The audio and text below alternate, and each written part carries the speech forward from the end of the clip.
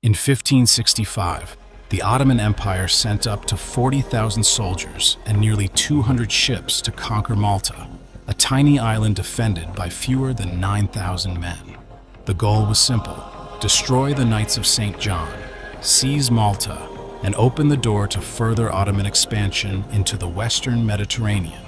But the invasion failed. After nearly 4 months of brutal fighting, thousands of Ottoman casualties, and some of the fiercest siege warfare in history, the defenders held their ground. The Great Siege of Malta became one of the Ottoman Empire's most costly defeats and a turning point in the struggle for control of the Mediterranean. So how did a small island, defended by a few hundred knights, stop one of the most powerful empires on earth? This is the incredible true story of the Great Siege of Malta. So, why was the full might of the Ottoman Empire bearing down on this little island? To understand that, we have to go back more than 40 years. In 1522, the Ottoman Sultan, Suleiman the Magnificent, had kicked the Knights of St. John off their fortress on the island of Rhodes. After years of wandering, the Holy Roman Emperor Charles V gave the Knights a new home, the small, barren island of Malta. From this strategic spot in the middle of the Mediterranean, the Knights, a military order of warrior monks, became a thorn in the side of the Ottoman Empire. Their ships preyed on Turkish shipping, which was a mix of raiding for wealth, capturing Muslim slaves, and freeing Christian ones. To Suleiman, this was more than a nuisance. It was a personal insult and a strategic threat. In his eyes, Malta was a key position. Control it, and it could open the door to invading Sicily and other parts of Europe. The final straw came in 1564, when the Knights captured a valuable Ottoman galleon. The message was clear: the Knights of Malta had to be annihilated. In Constantinople, preparations began for a massive naval expedition. But in Malta, the Knights weren't sitting idle. Their leader was Grand Master Jean Parisot de Valette. At 70 years old, he was a man hardened by a lifetime of war. A French nobleman, he'd fought at the Siege of Rhodes, been wounded in battle, and had even spent a year as a galley slave, chained to an oar on a Barbary pirate ship. That experience didn't break him. It forged him into steel. Valette knew an invasion was coming. His spies sent word of the massive buildup. He called for all knights scattered across Europe to return to Malta. He worked tirelessly to strengthen the island's defenses, focusing on the 3 main forts around the Grand Harbor: Fort St. Angelo, the headquarters, Fort St. Michael in Sanglia, and the new, star-shaped Fort St. Elmo guarding the harbor's mouth. Valette also ordered all crops to be harvested, ripe or not, to deny the invaders any local supplies. The island braced for impact. The defenders were a mix of knights, Spanish and Italian soldiers, and thousands of Maltese militia, many of them farmers and fishermen. They were about to face the Janissaries, the elite, battle-hardened shock troops of the Ottoman Empire. On May 18, 1565, the horizon vanished, replaced by a forest of mass. The Ottoman Armada had arrived. The invasion force, led by General Mustafa Pasha and Admiral Piali Pasha, landed in the south of the island and set up a huge camp. Right away, though, the Ottoman command was split. Mustafa Pasha wanted to march inland and take the old capital of Medina first. Piali Pasha wanted to secure the harbors by quickly capturing Fort St. Elmo. They fatally underestimated the small fort. Believing it would fall in days, the Ottomans began dragging their massive siege cannons into place. The bombardment that followed was one of the most relentless the world had ever seen. Dozens of heavy cannons, some firing stone balls weighing 60 pounds or more, unleashed a constant storm of destruction. Inside Fort St. Elmo, the garrison of about 150 knights and several hundred soldiers knew they were in a death trap. Their mission wasn't to win, but to die slowly, buying precious time for Valette to strengthen the main defenses. For nearly a month, they endured hell on earth. The limestone walls crumbled under the non-stop cannonade. turning the fort into a jagged landscape of rubble. The defenders fought back with desperate creativity. They used swords, pikes, and early muskets called arquebuses. When the Janissaries swarmed forward, the knights unleashed terrifying incendiary weapons. They hurled pots of what was called Greek fire, a sticky, flammable substance that couldn't be put out with water. They also used something new, fire hoops, light wooden hoops soaked in flammable liquids and gunpowder, which were lit and thrown into the enemy ranks, causing horrific panic. By early June, the legendary Barbary corsair Dragut Reis arrived. Nearing 80 years old, he was the most feared pirate in the Mediterranean and a brilliant siege expert. Seeing the costly mistakes being made, he effectively took command, tightening the noose around the doomed fort. Inside St. Elmo, the situation was beyond grim. A messenger was sent to Valette, begging for permission to withdraw. Valette refused. He knew every hour St. Elmo held was an hour gained. He sent a commission to inspect the fort, and they reported it was truly indefensible. Valette's cold reply was that he would send other men to take their place. Shamed, the defenders vowed to fight to the death. On June 18th, disaster struck the Ottoman command. While accounts differ, one story says that as Dragut was directing artillery fire, a cannonball from Fort St. Angelo across the harbor hit the ground nearby. A rock splinter flew up and mortally wounded the old corsair. He would live just long enough to hear that St. Elmo had fallen. That day was June 23rd. After one last apocalyptic bombardment, the Janissaries launched an all-out assault. The handful of defenders left, many already wounded, fought to the last man. Commanders too injured to stand were placed in chairs, swords in hand, and died fighting. When the Turks finally overran the rubble, they found no survivors among the knights. Only 9 Maltese defenders escaped by swimming across the harbor. The defense of St. Elmo was supposed to last a week at most. It had held for almost a month.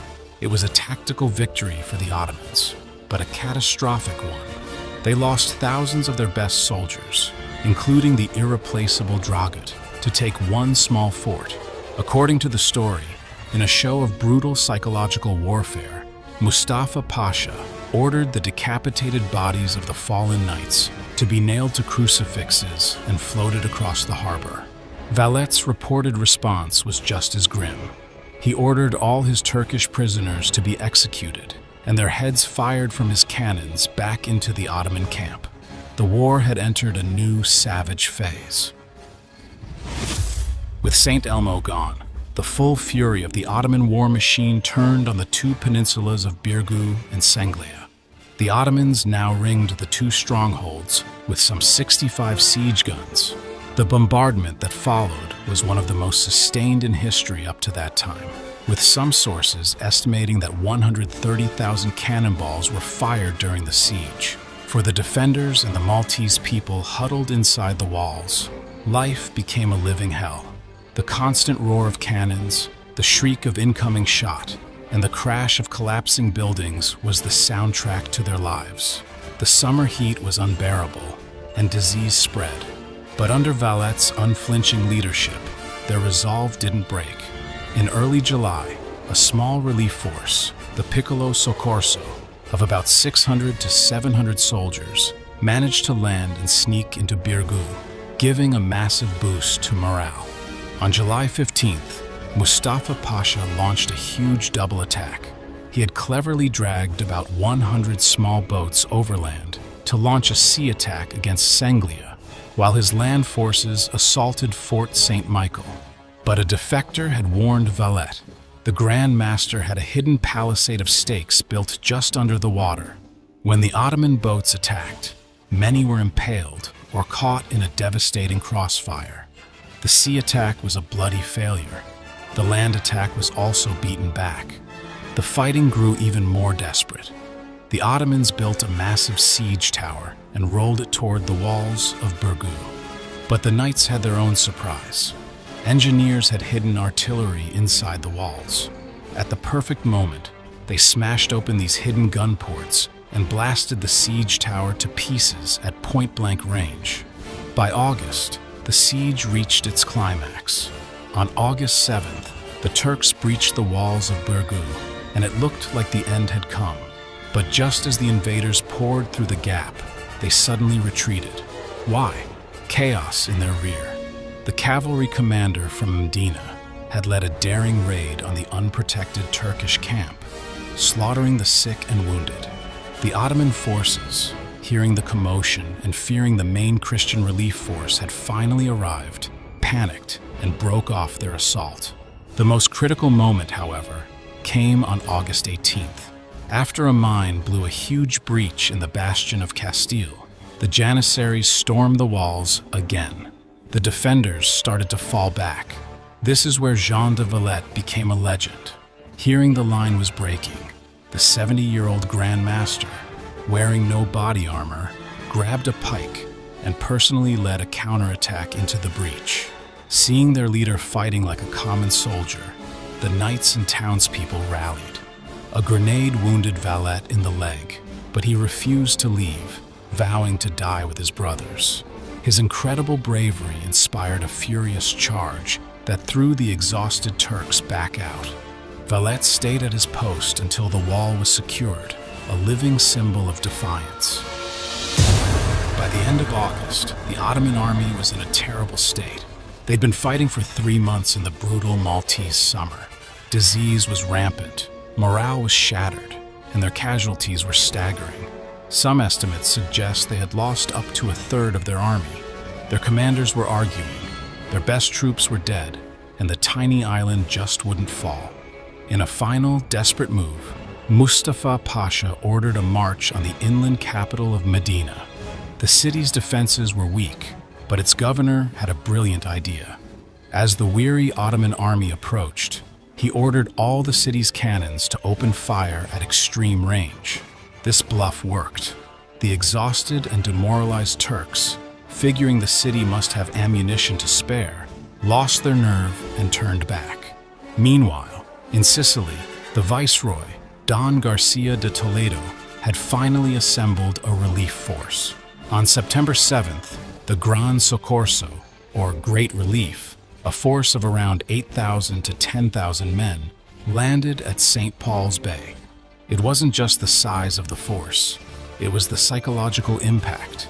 When news of the landing reached the Ottoman camp, it was the final blow. Mustafa Pasha initially thought it was a small force and marched to intercept them. But when his scouts reported the true size of the fresh Christian army, panic set in. The Ottoman army, which had endured so much, finally broke. Their withdrawal turned into a disorderly retreat as the newly arrived soldiers charged, turning the flight into a rout. On September 8th, 1565, the last of the Ottoman ships vanished over the horizon. The Great Siege of Malta was over. The aftermath was a scene of utter devastation. The fortifications were leveled. Malta had lost a third of its knights and suffered devastating losses among its people. The cost for the invaders was even more catastrophic. While numbers are debated, estimates suggest the Ottomans lost between 25,000 and 35,000 men to combat and disease. Mustafa Pasha and Piali Pasha returned to Constantinople in disgrace. News of the victory sent a shockwave across Europe. For decades, the Ottoman Empire had seemed unstoppable. The small island of Malta proved they could be beaten, shattering their aura of invincibility and checking their ambitions in the Western Mediterranean. The victory boosted the morale of Christian Europe and was a significant factor leading to the formation of the Holy League, which would defeat the Ottoman fleet at the Battle of Lepanto 6 years later. Money and praise poured into Malta. Jean de Valette, hailed as the savior of Christendom, immediately began work on a new fortified city on the very ground the Ottomans had used to bombard Fort St. Elmo. He died in 1568, before it was finished. The new city was named in his honor, Valletta, a testament in stone to the man and the impossible stand that saved an island. The Great Siege of Malta was more than a battle. It was a turning point. It was a story written in blood and stone of how a few hundred knights and a few thousand islanders, led by a 70-year-old warrior who refused to break, faced down an empire. They were outnumbered, outgunned, and felt abandoned. And yet, they held. They proved that even in the face of impossible odds, courage, faith, and the will to endure could truly stop an empire in its tracks.